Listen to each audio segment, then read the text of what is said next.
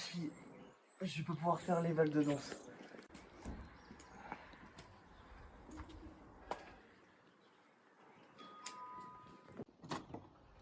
Bonjour, je suis le docteur Roturier. Je vous en prie, installez-vous. Ok, donc après observation, vous avez donc une grosse entorse de la cheville. Donc je vous transmets ce certificat médical d'inaptitude partielle à la pratique sportive. Je vous laisse regarder les conditions. Et je vous transmets également une chevillère que vous pourrez mettre dès que vous commencerez à reprendre le sport. Je transmets également vos informations à votre professeur de PS. Et puis vous pouvez y aller. Bonne journée, bon rétablissement. Ok, je viens de recevoir les informations concernant la blessure de Martin Roturier. Je vais donc vous montrer comment préparer sa séance en amont. Let's go!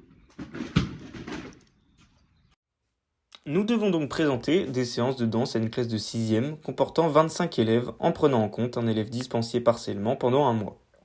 Le premier point clé en amont de la séance, c'est de prendre des informations sur la blessure auprès du médecin et de l'élève.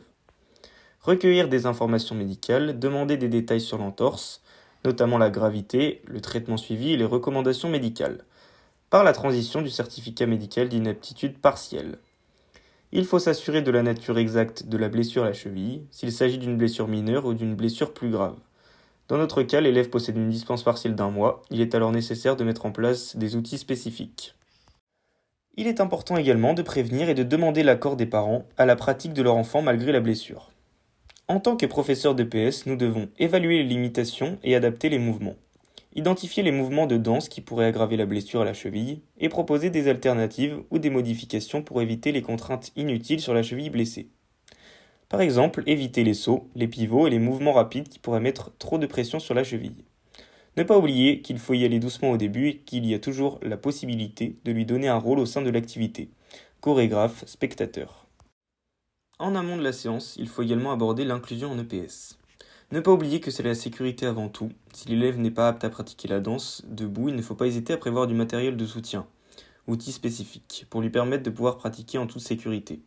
Pour cela, l'élève peut réaliser des chorégraphies assis sur une chaise avec seulement le haut du corps, ou, si l'école en possède, directement sur un fauteuil roulant.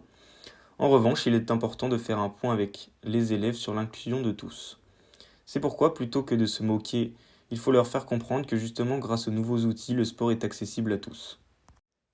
L'objectif est donc de s'informer un maximum sur les capacités de l'élève, puis de proposer des remédiations en amont, puis au cours de la séance. Le but c'est que l'élève participe un maximum à l'activité malgré son entorse. Il faut également s'adapter au fur et à mesure des séances en constatant l'évolution de la blessure.